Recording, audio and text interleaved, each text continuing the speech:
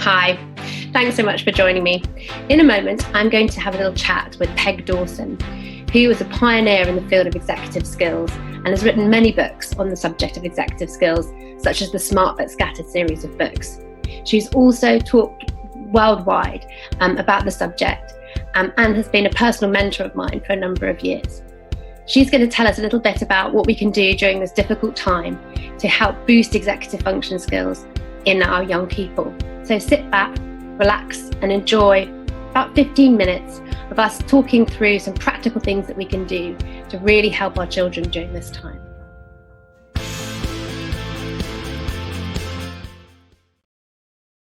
Okay, great. Well, Peg, thank you so much for joining me today and for giving up your free time for this interview. I really appreciate it. Oh yeah, no problem. I have lots of free time at the moment. So. As we do. That's wonderful. So I wonder if we can start off by you telling me a little bit about executive skills and why they're important. Okay, so executive skills I think of as the skills that underlie everything we do. I mean, a second grade teacher who took my class, a class I teach a couple of summers ago, described them in second grade terms as the skills you need to get things done. And so they're brain-based skills. They're managed out of the frontal lobes of the brain, which is of interest to some people, but mainly they're things like planning and organization and time management and emotional control. I mean, everything you need to be in place in order for you to accomplish tasks, or as we say, execute tasks, which is the derivation of the term executive skills.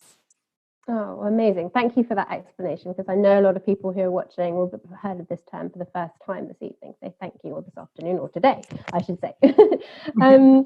So we're in challenging times now, and many children are completing their studies at home. Which executive skills do you think students are going to need most right now? You know, that's a really interesting question, because you could just say, well, all of them, but I think I just keep coming back to task initiation, because when kids are in school, teachers make sure they start tasks. I mean, they structure the whole day so that kids are engaged in tasks one after another. And unless someone is doing that at home, and we can talk about how that probably should be a basic foundation for providing schooling at home, kids need to be able to initiate tasks, and not just initiate, the easy or the fun tasks, but the tasks that are challenging for them. And so I would say, and then I guess probably the second one I would throw in there would be sustained attention, because you can't just initiate tasks, you have to stick with them long enough to get it done. Absolutely. Yeah, so it's going to be really, really difficult, especially for children who might be suffering or having challenges with ADHD or something like that, who really struggle with their attention. So that's really great just to put it in that perspective. Thank you.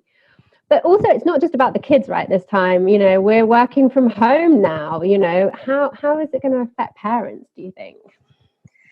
Yeah, so they need to up their game in terms of their executive skills as well, probably. And just in terms of managing the school, I mean, it's or the schooling, is sort of comparable to task initiation, sustained attention for kids. It would be planning, time management, and organization for parents, because they're going to have to prompt kids to initiate. They're going to have to negotiate how long kids are going to work, or help them navigate through the various tasks they have to do. And then the other one I think that sort of factors into all of this, which may be an overarching one, is emotional control. Being able to manage your emotions when you're stressed because your schedule has changed completely. Maybe you're unemployed at the moment. Maybe you're trying to work from home as well as manage kids at home. So your ability to manage your emotions ends up being a really critical skill. And in fact, if you're having trouble managing your emotions, you're going to have trouble with all the other executive skills that follow from that.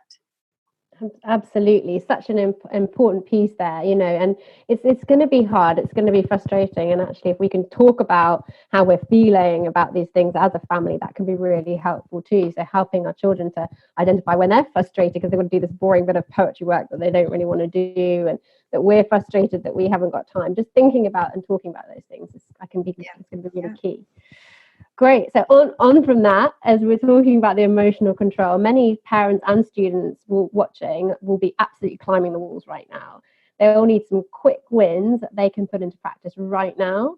Can you give us some practical examples of what students can do to boost their executive skills? So, again, I think making plans with start times, which again, I think they need parents to help them with this, but even building in a minimal schedule of what time do we get up in the morning, what time do we start our work, how much time do we spend before we take a break, and then seeing if you can stretch that out a bit. So, maybe yesterday you could only manage 10 minutes before you needed a break. Can we shoot for 12 minutes today? Use the timer as a way of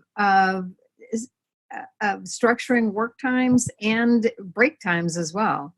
So I think that's where I would start with kids. And then in terms of how parents can help kids, especially the older they get, giving them some responsibility. I mean, not completely. It ends up being a negotiation process, but helping kids make plans, helping kids decide what they're going to do, when they're going to do it. And talking within, and then the other thing I would recommend, and all of these, it's not things kids can do by themselves because they are really going to need support and feedback and encouragement from parents. But maybe spending a little time at the end of the day, just sort of debriefing, what went well today? What fell apart? And was there something I did as your mom that made it harder for you? What can we try differently tomorrow? And just really sort of emphasizing this is an experiment.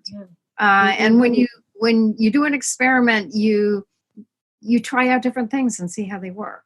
And that you and the kids, you as the parent and the kids together can try stuff out and see how it works. And then debrief at the end of the day and make a new plan for the next day. Absolutely. That flexibility and being able to kind of shift things and not being too rigid is going to be really important. Exactly. Yeah.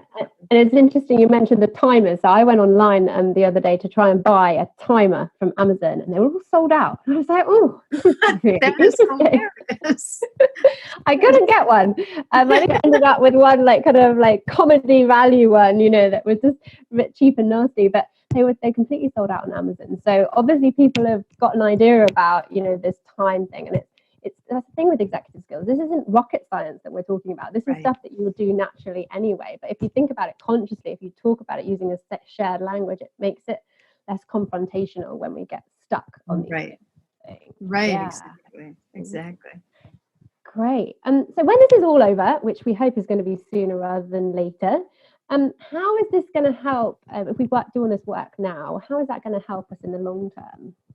Well, my thinking is if parents are having to supervise schooling at home, which means they've introduced a little more structure and a little more sort of sensitivity to time and task management, that could carry over into homework. So, and you have a different term for that in the UK, right?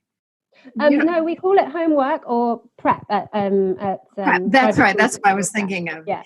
But it can just, if kids and parents have had some practice with how they're structuring the school day, then how to structure their study time once they get back to school.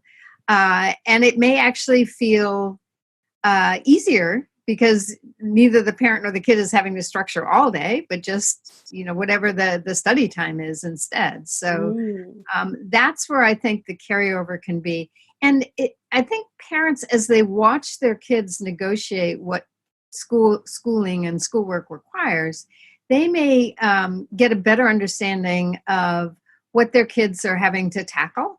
And they may understand the work they're having to do better so that they can offer better support as once they get back to return to normal.